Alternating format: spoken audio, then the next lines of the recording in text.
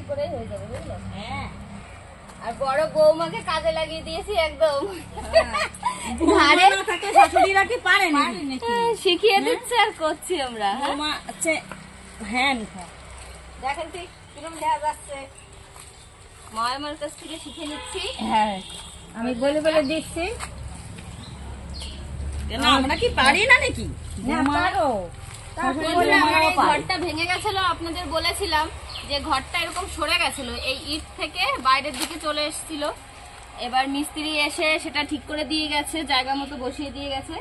এখন আমাদের এই ডোয়া ফোয়া সব লেপতে হবে, কারণ এমন ঝড় হয়েছে মাটি একদম ধুয়ে চলে গেছে আর কি। এবার এটা ঠিক করছি, ঠিক হয়ে গেলে তারপরে এখানে বসে আপনাদের রান্না দেখাবো।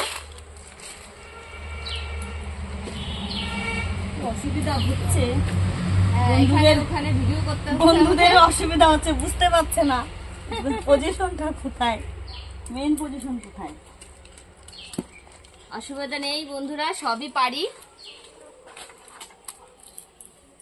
টুকটাক চলে যাওয়ার মতো সবই পারি।